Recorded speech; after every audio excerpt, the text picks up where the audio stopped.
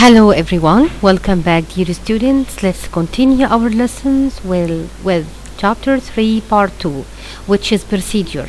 Let's learn what is procedure and how can we use it in our programming language, which is visualbasic.net.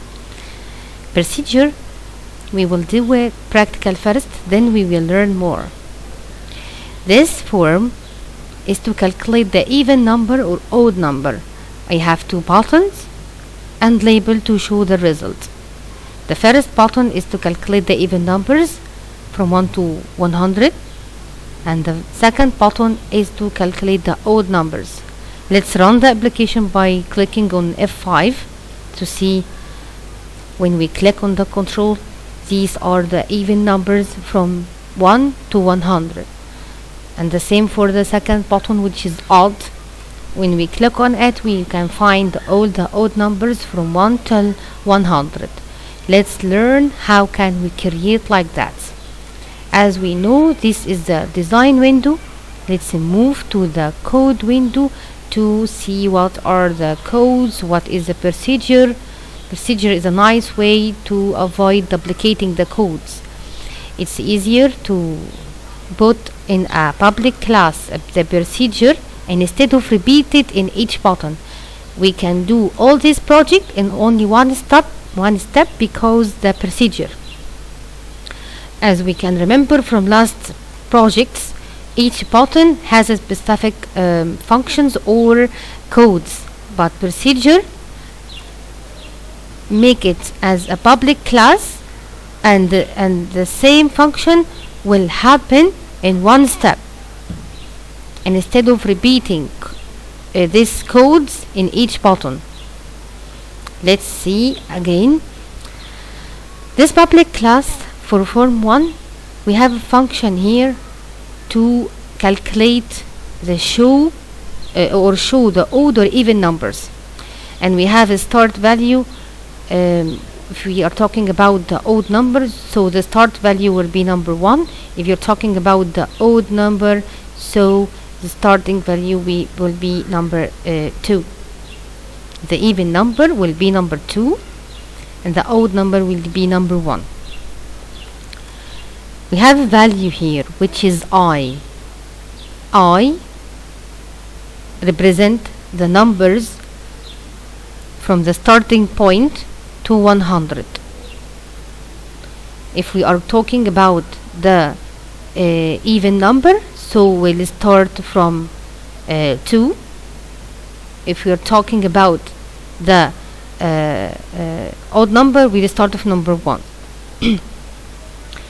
Start here is our increment value or the starting value. We have to declare first, like the football match. You declare about the players. You determine your players. Then you put a specific place for each player. Then you will play the match. Like the same idea here. We declare the value that we have, which is I, which is starting from 1 or 2. So then, because it's a variable, the variable name is I.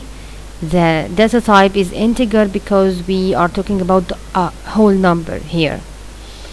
Then the assignment statement to determine the place where you find the result, which is in label 1. Then for and next. For, once you write for, you find next because for and next is to start from a value and then counting or repeat the task till to find the end value. So I equal start value to 100. Start value here, it will be changeable here automatically when I determine the start here. For number 1 about the odd number, for number 2 about the even number. So it will be automatically happen.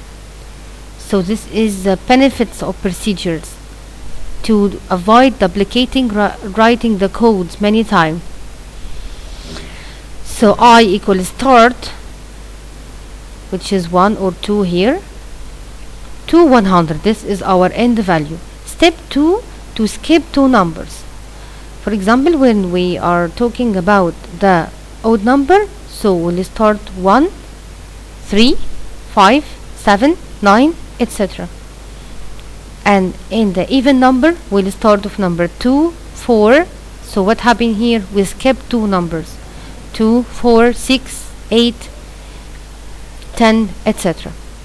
So there's the responsible function here for doing this function. This one is called for I equal start to 100 step 2. Here is the label that we can find the result. Label 1.text equal label 1.text and empty string and I, which is the value will be shown here in the label 1. Then we will not repeat all these codes again in button 1 and in button 2, because procedure fix this problem or make it easier by only write in the public class, and that will be happen automatically in button 1 and button 2 by only write this sentence, show odd or even, and also the same for button 2, show odd or even, but I have to select the starting value here, which is number 1 for the odd numbers and number 2 for the even numbers. And all of these codes called before, so it will be recalled in button 1 and button 2. Let's run again by click on F5. When we click on even number, all the even number will be recalled or displayed, and the same for odd number or odd numbers from 1 to 100.